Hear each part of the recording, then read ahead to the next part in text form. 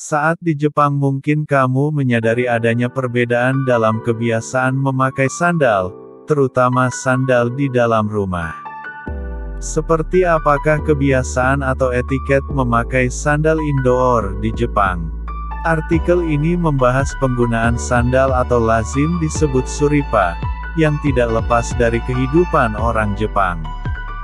Di Indonesia, karena sepanjang tahun bersuhu cukup panas, pergi keluar rumah dengan memakai sandal tidak menjadi masalah. Bahkan sandal tersebut dipakai di dalam rumah. Di Jepang, kebiasaan tersebut tidak ada sama sekali. Orang Jepang walau di musim panas masih banyak yang memakai kaos kaki dan sepatu, dan melepasnya di genkan atau teras rumah, dan menggantinya dengan suripa saat berada di rumah. Kabarnya suripa ini mulai dikenal di Jepang di zaman akhir Edo dan awal Meiji, bertepatan dengan berakhirnya masa isolasi Jepang, dan banyak orang asing datang ke Jepang. Pada waktu itu di Jepang, tidak terdapat hotel seperti di negara barat dan orang asing akan tinggal di penginapan Jepang atau kuil.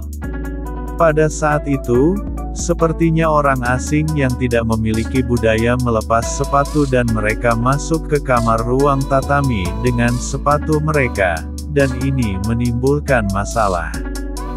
Dari sinilah suripa lahir untuk digunakan oleh orang asing, pemakaian suripa di Jepang. Pada prinsipnya suripa hanya digunakan saat berada di dalam ruangan dan tidak pernah dipakai untuk kegiatan di luar ruangan.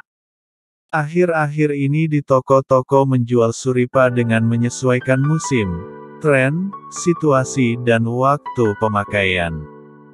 Berikut penjelasan di mana dan kapan seharusnya suripa dipakai. Seperti yang telah disebut di atas artikel, suripa digunakan saat berada di dalam ruangan, termasuk di dalam rumah. Suripa selalu diletakkan di genkan teras dalam rumah. Jadi saat kembali ke rumah, di genkan wajib melepas sepatu luar dan menggantinya dengan suripa. Di rumah-rumah banyak menyediakan suripa khusus untuk tamu yang berkunjung. Jadi jika kami berkunjung ke rumah Jepang, kamu jangan langsung masuk dengan sepatumu ya. Ganti dulu dengan suripa yang telah disediakan tuan rumah, dan jika tidak disediakan, terpaksa hanya dengan kaos kaki atau tanpa alas. Sejak dari taman kanak-kanak, orang tua disarankan untuk menyiapkan suripa khusus yang digunakan anak-anak di dalam kelas, yang disebut dengan uwabaki, sanglu. Untuk anak TK, banyak dijual dengan desain lucu. Tapi untuk anak SD, desainnya sangat simple dan hanya berdesain satu warna, putih dan warna lainnya.